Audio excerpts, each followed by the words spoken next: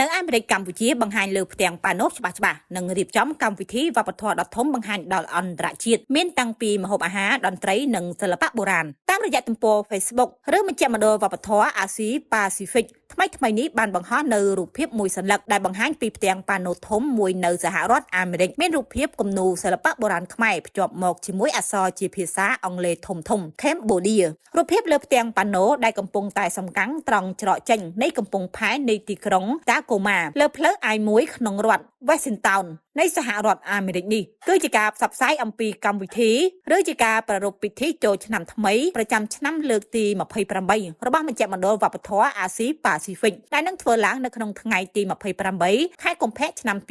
2026នៅទីតាំងដ៏ធំតាកូម៉ាឌូមីនៃទីក្រុងតាកូម៉ាតាមព័ត៌មានលម្អិតកម្មវិធីនេះជាព្រឹត្តិការណ៍ដ៏ធំបំផុតនិងមានអ្នកចូលរួមច្រើនបំផុតប្រចាំឆ្នាំរបស់មជ្ឈមណ្ឌលវប្បធម៌អាស៊ីប៉ាស៊ីហ្វិកអ្នកចូលរួមមានមកពីសហគមន៍ផ្សេងរាប់ពាន់នាក់និងច្រើនជាតិសាសន៍ហើយអ្វីដែលសំខាន់ឆ្នាំនេះកម្ពុជាគឺជាអ្នករៀបចំផ្ទាល់តែម្ដងដោយប្រើប្រាស់ឆាកទ្រង់ទ្រាយធំបង្ហាញនៅវប្បធម៌តន្ត្រីរបាំនិងការដំណើររឿងក្រៅពីនេះក៏មានការសម្ដែងសិល្បៈកម្សាន្តពីបណ្ដាប្រទេសផ្សេងជាង20ប្រទេសដូច្នេះនេះជាឱកាសដ៏ពិសេសមួយដែលកម្ពុជាយើងនឹងបានបង្ហាញឲ្យពិភពលោកស្គាល់កាន់តែទូលំទូលាយផងដែរសកម្មភាពនៅក្នុងថ្ងៃកម្មវិធីមានដូចជាសិល្បៈវប្បធម៌និងការសម្ដែងល្បែងនិងហត្ថកម្មការបង្ហាញក្បាច់គុនខ្មែរនិងបង្ហាញម៉ូដរួមទាំងការតាំងពិព័រណ៍ផលិតផលនិងម្ហូបអាហារជាច្រើនមុខចា៎ឃើញថានៅក្នុងសហរដ្ឋអាមេរិកកម្ពុជាបានបង្ហាញនៅលើផ្ទាំងប៉ាណូច្បាស់តែម្ដងចា៎នឹងបានរៀបចំកម្មវិធីវប្បធម៌ដ៏ធំមួយបង្ហាញដល់អន្តរជាតិគឺមានតាំងពីម្ហូបអាហារនិងតន្ត្រី